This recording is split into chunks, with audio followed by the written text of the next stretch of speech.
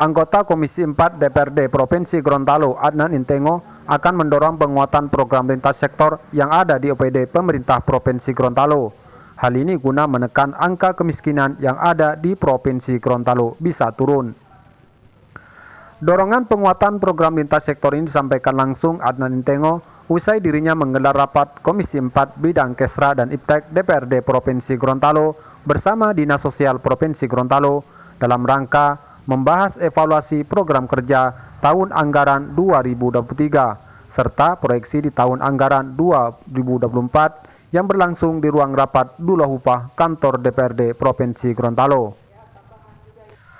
Menurut Adnan, rapat yang digelar bersama Dinas Sosial Provinsi Gorontalo di samping membahas progres capaian program di tahun 2023 dan sekaligus evaluasi. Komisi 4 juga membahas terkait adanya temuan-temuan di lapangan perihal masalah penyaluran program serta masalah target pengentasan kemiskinan.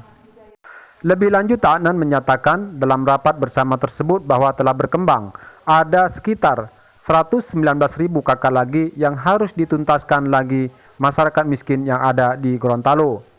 Hal ini menurutnya melalui sentuhan berbagai program pemerintah melalui Dinas Sosial, yaitu berupa program web, program PK, sementara untuk program BL3G belum cukup karena harus ada koordinasi dengan instansi lainnya. Dinas Sosial itu terkait dengan yang pertama proses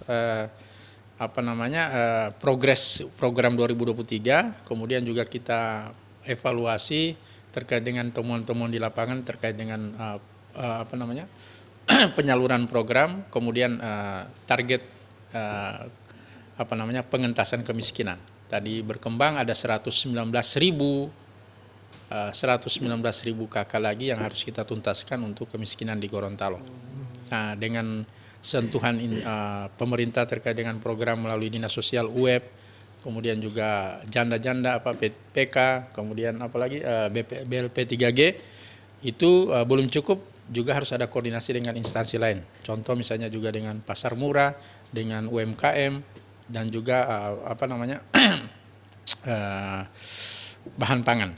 Ya Pak, ini kan bantuan-bantuan sudah sering disalurkan oleh pemerintah. Tapi kan sampai dengan saat ini dari tahun 2012 sampai dengan tahun 2023 saat ini itu kan belum bisa melepaskan diri dari daerah miskin. Ya, sebetulnya kalau kita lihat trennya ini kan ada tren menurun. Ya. Cuman kan kita dapat tragedi musibah lagi 2019 Covid, sehingganya bisa naik lagi dan sekarang upaya lagi untuk menetralkan untuk bisa diturun pasca Covid.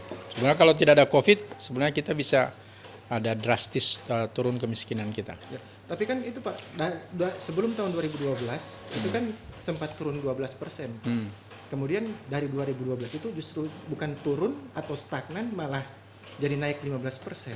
Itu artinya bisa dibilang sampai dengan saat ini kan masih jadi kendala juga. Makanya itu tadi juga yang kita coba soroti, kita diskusikan bagaimana upaya untuk bisa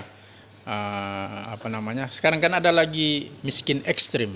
Nah, itu yang tadi juga kami coba soroti dan memang itu tidak bisa tuntas hanya diselesaikan oleh satu OPD saja. Ini harus kroyok bersama. Makanya juga dengan OPD lain ini harus dilakukan kolaborasi untuk menyelesaikan. Untuk program-programnya apakah sudah ada evaluasi dari Komisi 4, apakah ini dapat temuan Pak? Ya, tadi itu yang kita beberapa program misalnya web usaha ekonomi produktif itu sudah hampir 100% pelaksanaannya. Yang lain tinggal ada BIMTEK dan setelah itu penyalurannya. Kemudian juga yang untuk PK kepala keluarga, perempuan kepala keluarga. Kemudian juga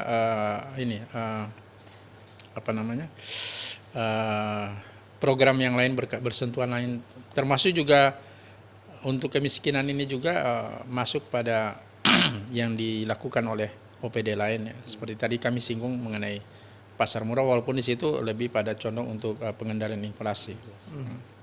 Ketua DPW PKS ini juga meyakini bahwa angka kemiskinan yang ada di Gorontalo bisa turun dengan membuat terobosan berbagai program yang bisa menyentuh masyarakat langsung. Dan hal ini dibuktikan dengan tren penurunan angka kemiskinan sebelum adanya pandemi COVID-19.